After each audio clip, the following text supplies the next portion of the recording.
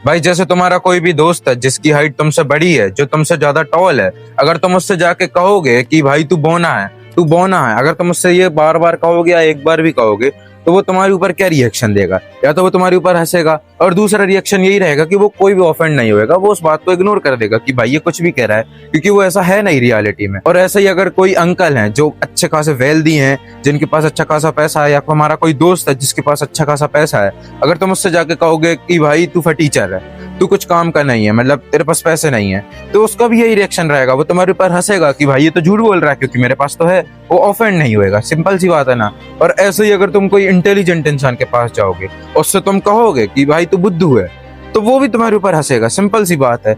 सो भाई मैं तुमको यही बताना चाहता हूँ। बिफोर दैट, दिस इज देव और आप देख रहे हैं मेरे यूट्यूब चैनल, जो आपकी और मेरी ग्रोथ को बिल्कुल साथ में लेकर चलेगा।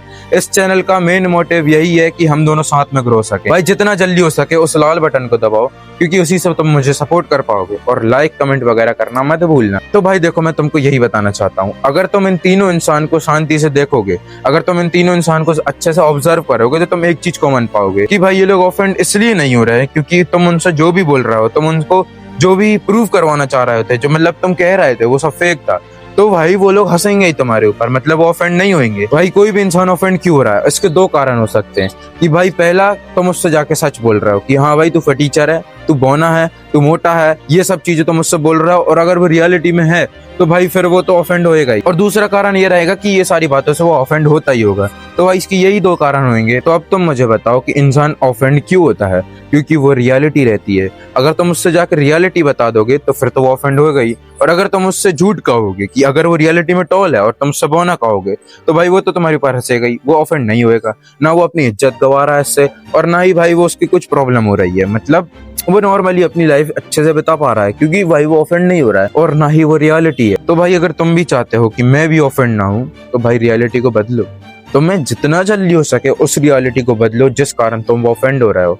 और भाई मेरा तो यही कहना है कि कोई भी बेवकूफ तुमसे आके ऐसा बोल रहा है तो उसके ऊपर हंसी दो, क्योंकि ना तुम उससे ऑफेंड होगे और ना ही तुम्हारे ऊपर कोई प्रॉब्लम आएगी। तो जितना जल्दी हो सके भाई इस चीज को सुधारो।